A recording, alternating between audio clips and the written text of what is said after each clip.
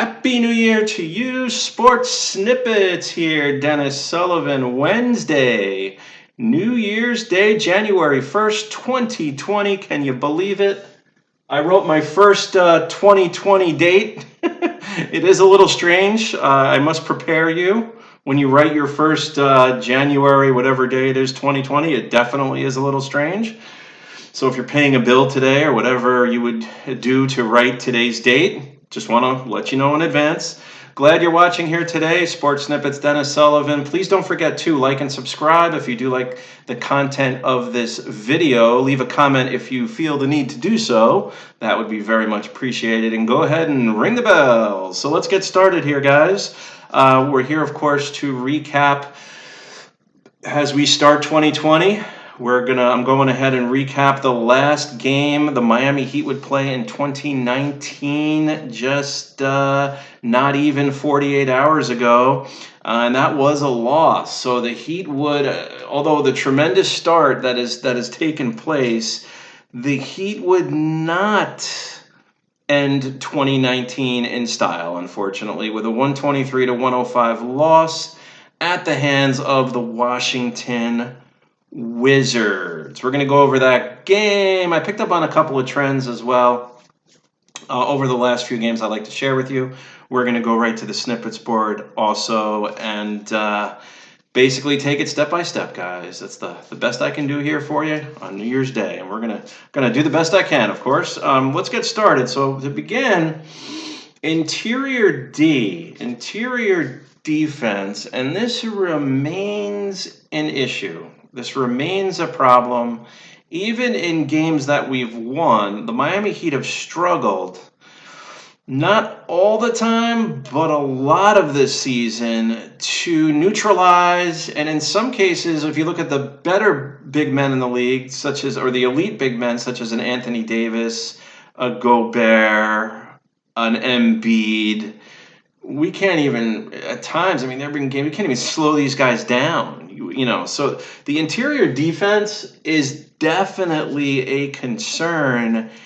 Case in point, Mahinmi for the center for the Washington Wizards. He came into this game averaging 9 points and a little bit over 6 rebounds per game.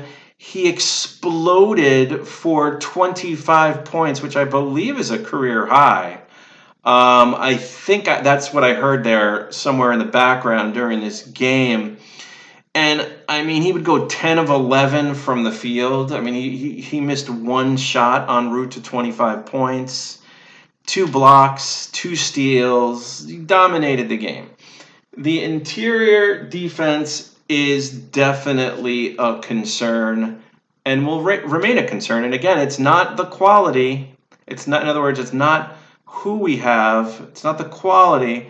It's the quantity. We don't seem to, and as we get into bench in a few moments, I'm going to get into that a little bit further, we just don't seem to quite stress the big men as much, even if we compare it to the beginning of the season. The Heat are not going to bigger guys off the bench like we once did. Okay, let's move right along. Turnovers. Turnovers are all of a sudden creeping up on us in the form of us, meaning, of course, the Miami Heat, not turning over the other team. We look at this game, we lost the turnover battle in a big way. We turned it over twice, exactly 2 times more than Washington did. Lost the turnover battle 18-9. We don't really seem to be turning the other team over very much. You look at that game against the Jazz, which was very recent, just a few short games ago. We only turned them over the whole game, something like 4 times. So I'm not sure if this is fatigue. There's been a lot of, we've played 6 overtime games. We've had 9 games, 5 points or less. Maybe it's a physical fatigue type thing. Maybe it's a mental fatigue type of thing. We don't seem to play more than 8-9 guys. Maybe there's a possibility. Maybe we should go deeper into our bench. We got a lot of games left. We still have almost 50 games left. That's a lot of games. in the regular season, and we've played these playoff atmosphere, these playoff atmosphere type games, particularly at home. So any stress from the coaching staff to play our bench a little bit more, this Miami Heat fan, folks, is raising his hand because I am in favor of that. So that basically covers points 1 and 2. I want to get into the breakdown of this game in a little bit more detail. The Heat were led by Jimmy Butler. He did a great job getting to the free throw line. He took 19 free throws. I mean, Jimmy Butler does a good job regardless getting to the free throw line, but every now and then we see games where he goes to the line like 14, 15, in this case 19 times. He converted 15 free throws, would finish the game at 27 points, 6 rebounds, 4 assists. Jimmy Butler continues to lead the Miami Heat in scoring and is averaging definitely over 20 points a game. Seems like that average is also on the rise as well in the last at least half dozen games. Duncan Robinson, and I also put him as point number 3. We'll get into him in just a brief moment here. He would finish with 16 points, 4 rebounds, another steady, strong game from Duncan. Bam Adebayo would do just fine as he normally does, but remember, guys, he's only one player, so we need like a mini Bam, like a half of a Bam. You know what I'm saying? Like go in there for 15 minutes. And when I say half of a Bam, like half of the time, or not even. We'll even take 30% of the production of the minutes like that. He would do fine. He would have a pretty good game. 14 points, 14 rebounds, 5 assists. Kendrick Nunn, not bad at all. 14 points, 2 rebounds, 3 assists. You notice Kendrick at the beginning of the season was more in a scoring role because, of course, we started the season without Jimmy Butler for the first few games. He got more into a scoring type of mentality out there on the floor, and that continued on even when Jimmy Butler would begin the season, but has curtailed, and I think for good reasons, meaning Kendrick's finding his spot within the starting 5. He's a good passer. He's a good all-around player. We need him more in that 12 to 15 point per game range. He's been doing just fine at that. Myers Leonard got a little bit more time against the Wizards, which I like to see. He did get 24 minutes, would finish with 7 points and 7 rebounds. So Myers, for a while, we were seeing him, and this has been the strange part of the Heat season, right? There's no reason to put this into a negative video, but of course, we just lost to a 10-22 team by 18 points. So I can't, of course, be fully positive either, guys. Myers, he was playing 15, 16 minutes. Now he's up around 22, 23, 24.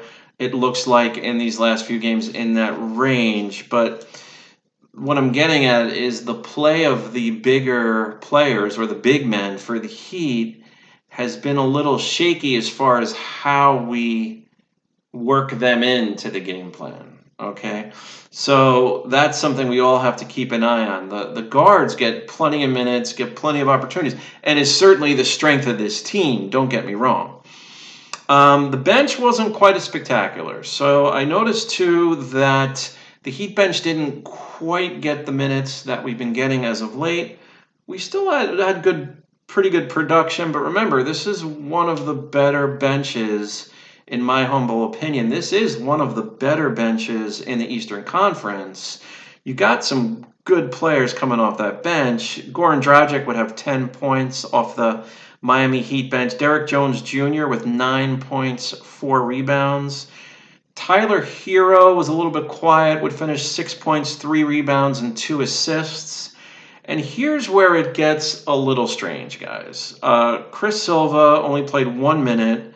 And Kelly Olynyk, again, barely playing at all. Played 2 minutes. That is the one big question mark as we move into this weekend. I will definitely have more to say on that. I am not aware as to why Kelly Olynyk, and I tried to check online, tried to do some homework on this one, why he's not getting really minutes anymore, and I just don't quite understand it. But anyway, Silva would have 2 points and 1 rebound. Pretty good, pretty good production for only playing a minute. Olynyk would only play the 2 minutes and have a rebound. For the Wizards, we already discussed Mahinmi. We don't need to talk about that again because that's bad enough as far as, I mean, the guy destroyed the Heat, absolutely destroyed the Heat. Isaiah Thomas, now a lot of, if you look at the guards and the rest of this starting lineup for the Wizards, they were very quiet. It was their bench. They almost won up to the Heat. They went to their bench and got big numbers off the bench. Isaiah Thomas with 8 points, 4 assists, and a steal. Gary Payton would have Gary Payton second, 5 points, 3 rebounds, and 3 assists. Gary Payton would have 3 steals. See, we're turning it over, and again, this was another example. A 2-to-1 ratio, twice as many turnovers as the opponent. Troy Brown, 5 points, 2 rebounds, and an assist. He would also have 2 steals. Jonathan Williams was scoreless for the Wizards. He would have 5 rebounds.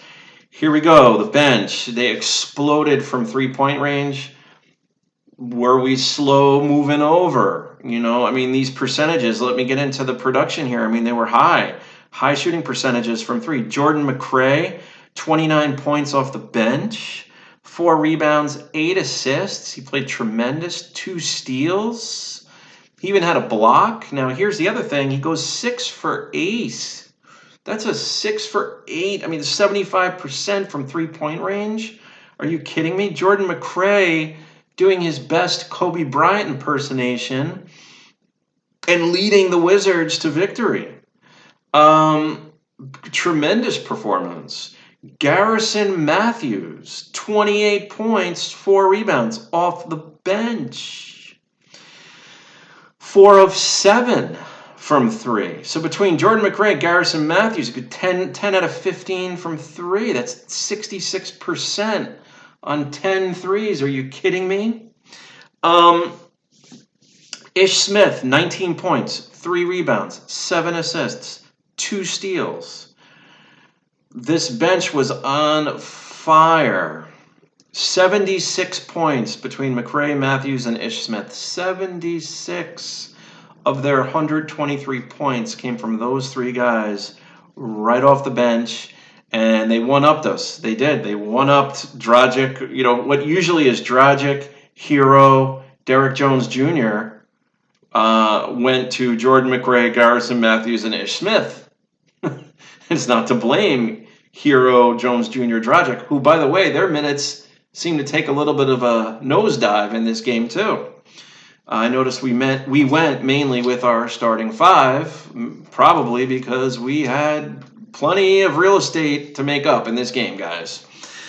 One other thing, Anzus, I hope I pronounced his name correctly. If I don't, I do apologize. Anzus Pesekniks. Okay, 7'1", 220. Comes off the Wizards bench, right? 7'1". I'll say it again, 220. Plays 18 minutes. We have no one coming off our bench to match that. No one. The biggest guy we had coming off our bench was Derrick Jones Jr., 6'6". All right. Plays 18 minutes, only scores 2 points. So you're sitting there going, oh, yeah, well, who cares? He played 18 minutes, he scored 2 points. Yeah, but 10 rebounds. See? 10 rebounds.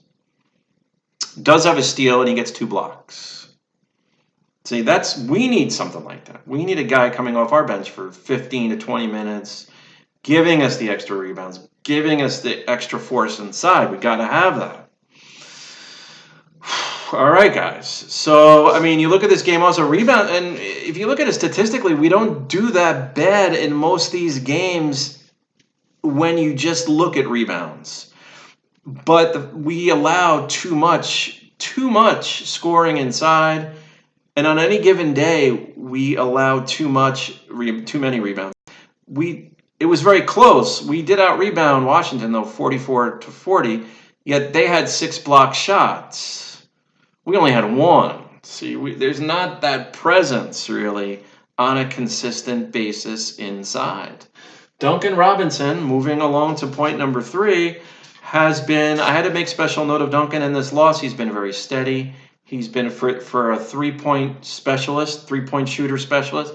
He has done a fantastic job. I want to see him continue to start for the Miami Heat. He's playing, he had 16 points in this one, and every now and then you're going to see the 4, 5, 6-point games. That's part of the nature of being a long-range shooter. They're going to have their games where they're just not quite connecting. But I would say, if you look at Duncan Robinson and his opportunities, of course, he started the season coming off the bench, right? But in the starting role, he has been pretty consistent. He had that game a few games ago. He didn't score much. But again, he has delivered for the Miami Heat. Bench with a question mark, I put that in there because we need to, the bench itself is very good. We have good players coming off the bench. We just need to tweak that, in my humble opinion. Got to figure out that, the one question mark, the one thing I need to figure out in the next few days, because I don't have an answer, and if you do, please comment below. Why is Kelly Olynyk not playing much at all? At all. In the last few games, I don't get it. Unless there's something, maybe he's got a nagging injury I'm not aware of. Maybe there's, I don't know. He doesn't feel well. I don't know, guys. But I am puzzled by this, by why he's not playing more minutes, clearly more minutes. All right. So bench with a question mark, that's a work in progress. We have good quality guys coming off the bench, and Dragic, Derek Jones Jr., Tyler Hero. What are we going to do when Winslow's healthy again? How's that going to work? That's not our problem, guys. The coaching staff will figure that out. We as fans will watch and observe. But when Winslow gets back, hey, that makes us even stronger and deeper. This is and I've said it before, this is definitely a deep Miami Heat team. Because of the heroic efforts of Jordan MRae and Garrison Matthews, we did lose the three-point shooting battle, which we normally do not lose. We usually we're either very close or we win that category. Washington would outshoot us percentage-wise and in total threes, 17-10. They would have 7 more three-pointers than we would. They would shoot very well, 17 out of 37, just under 46% from three. Heat were a very average 10 out of 28 in this one, 36%. Looking ahead, guys, closing things out. We got coming up starting tomorrow. We get right back into it Thursday. We're going to have 3 games in 4 days. Big stretch. I'm going to be here with you guys this weekend most definitely. I'm going to be giving you recaps of what I think of these games, how they went. Tuesday, huge home game Tuesday against the Toronto Raptors. Even without Kawhi Leonard, this is still one of the better teams in the Eastern Conference. Again, that will be Thursday night, the 2nd. Friday night, the 3rd, the Heat travel to Orlando to take on the Magic. Never easy playing Orlando. They're always ready for us. We need to be ready for them. And then we have a day off on Saturday, and then Sunday the 5th, we will play home against the Portland Trailblazers, having a little bit of a rough start. But as we recall, this was a team that did very well in the playoffs last year and went all the way into that series against Golden State. Remember, this team went very far in the playoffs to lose. Tremendous backcourt. It's still early in the season. You know they're going to be hungry. Let's see. That Sunday, the 5th game, is at 6 p.m. So those Sunday games for the Heat and in general in the NBA, you always got to double check that start time. Again, that will be a 6 p.m. start against the Trailblazers. That game will be a home game. So of the next 3, 2 are home, and then we have the road game Friday night against Orlando. Let's see how that goes. Need to get 2 out of 3 of these 3 games. I would imagine if we just look at the way the teams have been playing, our big super challenge will be Thursday night against Toronto, which is tomorrow night. Otherwise, guys, Sports Snippets signing off for now. Once again, if you have anything you'd like to share, please feel free to comment below. Otherwise, I will see you, yes, you, coming up really soon. We will discuss Miami Heat this weekend.